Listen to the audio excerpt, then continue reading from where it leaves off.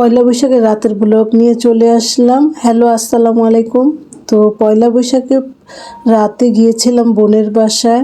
বাচ্চাদের মন খারাপ ছিল, তাই বোনের বাসায় চলে গেলাম। বেশিরভাগ মানুষই তো বাহিরে ঘোরাফেরা করে, খাওয়া দাওয়া করে। আমাদেরটা একটু ব্যতিক্রমী হলো। আমরা বোনের বাসায় চলে গেলাম। তো বোন আমাদের জন্য সেমাই রান্না করেছিল নারিকেল দিয়ে, চিতই পিঠা বানাইছিল, আর হলো মুরগি রান্না ছিল। আর খাবারগুলো খুবই মজা ছিল।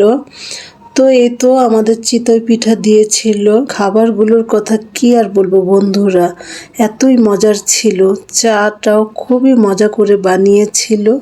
এখানে আমার ভাগ্নি চাগুলো পরিবেশন করলো। আমার ছোট বোন বিকেলে ঘুরতে গিয়েছিল তার হাজব্যান্ড নিয়ে। তো যখন জানলো যে আমরা এখানে আছি, তো এখানেই চলে আসলো। তো এই তো আমরা আড্ডা দিলাম সবাই মিলে, আর ভালোই সময় কাটালাম। তো সবাই ভালো থাকবেন। আজ এ পর্যন্তই। আল্লাহ হাফেজ।